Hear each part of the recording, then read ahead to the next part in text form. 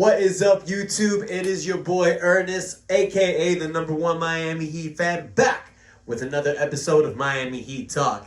Guys, please don't be just another martyr watching videos and moving on to the next one. If you haven't subscribed, hit that subscribe button, hit that notification bell so you can see all my new updates and latest information. And of course, like, share. You guys know the drill. So let's move forward with some Miami Heat talk.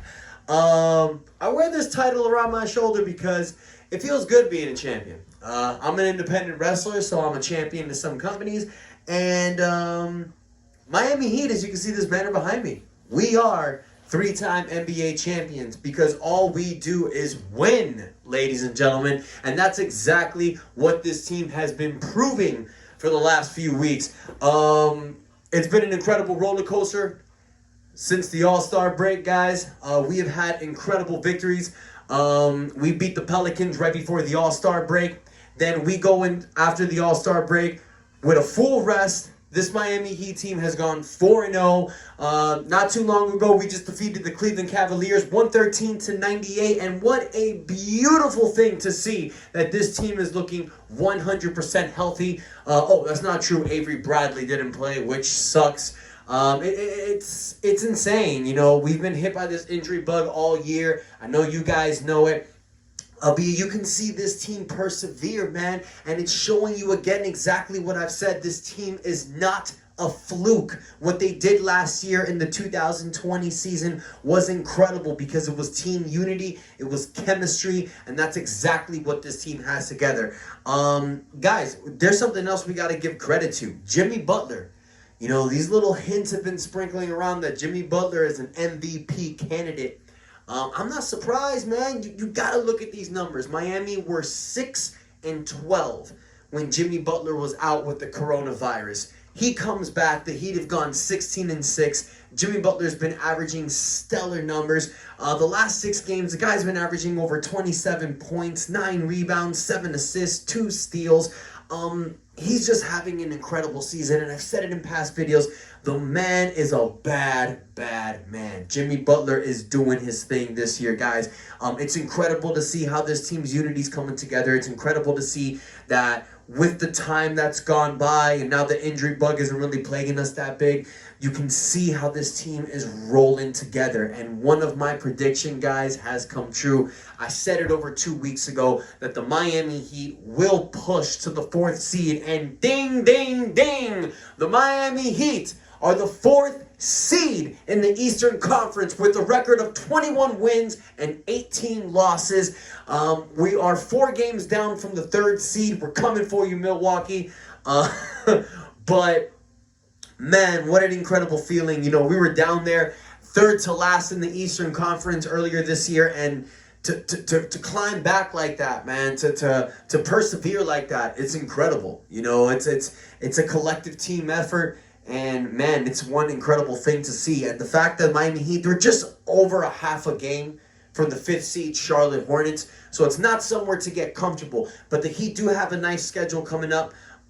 Just like I mentioned in my last video, so I really feel we can hold this 4th seed. It's really important to get a few wins under our belt and continue with this because you don't want to drop down, especially how close with everything is.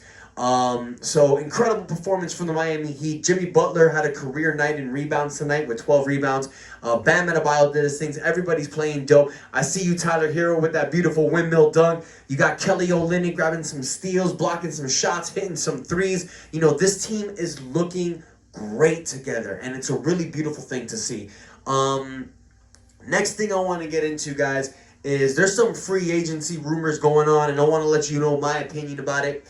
First and foremost, a few minutes ago, I saw a post that it looks like the Miami Heat and the OKC Thunder are actually in talks for a trade for Trevor Ariza. Trevor Ariza is an amazing wing defender, a 3-and-D type of player, 6'8", can play the small forward, power forward position. Guy's a solid defender, so that's definitely something you want to have added on your team. I'm hearing that OKC just wants a 2nd-round pick, so I think that's something we can definitely do. Get that guy in before the March 25th trade deadline. Trevor Ariza can add that extra added defense that we need. You know, we haven't really gotten what we need from Mo Harkless this year. He's been okay, nothing spectacular. So we need another stretch wing out there, another 3-and-D guy. It'd be really good, especially going into the playoffs. I like that trade. I think that one's great. Another rumor that was out there earlier was that LaMarcus Aldridge is not going to be playing with the San Antonio Spurs anymore. They're looking to trade him. And Miami Heat has floated as one of the top teams that are looking to get LaMarcus Aldridge. I'm going to let you guys know the package. I think it's a great package, actually. The Miami Heat's looking to center a package around Myers Leonard, who's done for the year, Mo Harkless, and Avery Bradley, our new free agency pickups this year. These guys haven't gone quite as well as we hoped for. I think the whole coronavirus thing got to Avery Bradley's head when he caught it. You know, I'm sure you guys know he sat out during the bubble because he didn't want to be affected by the COVID. When he caught it, he wasn't with his family for like 2 to 3 weeks. I think it mentally broke him. You've seen little stretches where Avery Bradley was looking like he can really fit in with this team with his defense, his solid hustle play, his really good three-point shooting, the fact that he can easily get to the rim, create his own shots, get his own fouls. I liked Avery Bradley on the team, but I really think this COVID thing got to him. And that's a really sad thing to see. So Miami, we're looking to center a package. Like I said, Avery Bradley, Mo Harkless, and Myers Leonard for LaMarcus Aldridge. I actually think it's good for both teams. You know, the Heat get LaMarcus Aldridge, a guy that I think will play amazing next to Bam Adebayo in the starting unit. He's an incredible forward. The guy can rebound. He has a great mid-range shot, can hit the three, block a shot here and there, knock down some free throws. He's great at grabbing the rebounds. He's definitely a guy I see that could be a step up from Jay Crowder last year. You guys know how much I love Jay Crowder. I think ever since we lost Crowder, we've had a little hole at the 4 position. Kelly Olynyk has done his thing, but I think LaMarcus Aldridge would be an incredible fit. If we can make that trade happen, I think it's good. I think the offer's incredible. It's also good for San Antonio because Avery Bradley, Mo Harkless, and Myers Leonard are all on expiring contracts. Avery Bradley and Myers Leonard both have team options. So San Antonio can just decline the team options, get all that money back in their salary cap. Mo Harkless has an expiring contract. It doesn't look like San Antonio is going to do much out there in the West. So it looks like it's time to rebuild, I guess. Who knows? So I think that trade is great. So another trade rumor I've been hearing. I've said it in recent videos, but I actually recently heard an offer that I want to share with you guys. Mr. Kyle Lowry from the Toronto Raptors would be a big addition to this team. What I heard the offer was that Miami put up was Goran Dragic, Kelly Olynyk, and Kendrick Nunn for Kyle Lowry. I don't know if a draft pick is going to be added there. I don't think that's a great idea. I don't think Miami should be touching draft picks at this point. We don't have one for this year. Definitely don't want to touch 2022s. So I think that's a fair trade. I just believe that Dragic, Olynyk, and Nunn, as a combined, they give you more than what you're going to get from just this one player, Kyle Lowry. But he's really good. You know, the guy can score, he can pass, he can hit the three. You know, he's a great hustler. I don't think it'd be a bad trade for Miami, but seeing with the chemistry that we have, I don't think it's really a trade that we necessarily need. However, I would not blame Miami if they did it. Because if you can get Trevor Ariza, LaMarcus Aldridge, and Kyle Lowry with these guys, I can see them really making a run in the Eastern Conference. Because, I mean, everybody knows you're competing with Brooklyn. You know, Blake Griffin signed with the Nets, guys. As much as I wanted Blake Griffin to come here, there was no way that was going to happen. So now you got this juggernaut unit out there in Brooklyn. You don't know how good they're going to do because their defense is shaky. And even though the old saying is defense wins championships, these guys are going to score a lot of points on you. So the defense has to be impeccable. So if we can add these type of players to the solid defensive unit that we have, maybe get a player like a DeMarcus Cousins, You know, we also have that $7.5 million trade exception from Jay Crowder that we can use for one of these guys. So Miami has a little bit of wiggle room to do.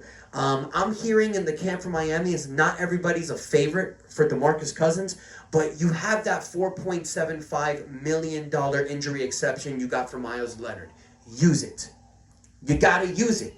You know, so we need to make these little pickups, and it's going to help us out there in the East, because right now the objection is to beat Brooklyn.